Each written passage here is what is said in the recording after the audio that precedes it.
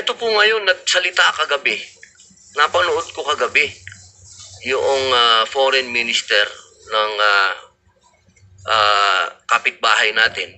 Opo, ang sabi niya, parang pinuprovoke daw natin lagi sila. Medyo naguluhan po ako dun sa sinabi niya. Ano po ba? Sino po ba talaga ang nagpo-provoke? Sila o tayo? Sa mahal nating kaibigan, Senador, hindi po tayo nagpro-provoke sa kanila. Ang ginagawa lang po natin, na matagal na po, kaya nga po gusto natin baguhin ang plano ng pag-iisip natin, nagre-react lang tayo sa ginagawa po nila. So sila po nangunguna, sila po ang humaharang ng ating mga ngisda, sila po ang naglagay ng barrier doon sa Scarborough. At noong nakapasok na nga po ang ating mga fishermen ayon sa mga ulat po sa amin, ang laki po ng kanilang nahuli na isda.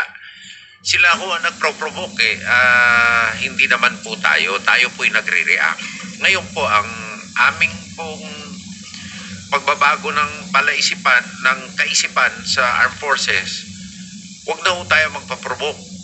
Humanda na lang tayo na huwag na nila tayong provokin kasi atin naman po yan sa ilalim po ng international law.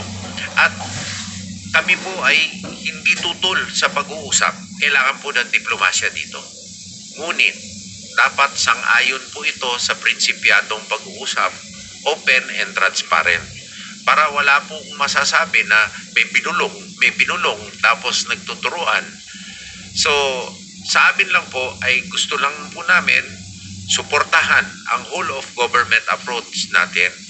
Ngayon, sa panig naman po natin, nakikita natin itong West Philippine Sea po ang focus. Pag hindi po natin pinatatag ang ating sandatahang lakas, baka naman po sa Philippine Rice mangyari pag naunahan tayo.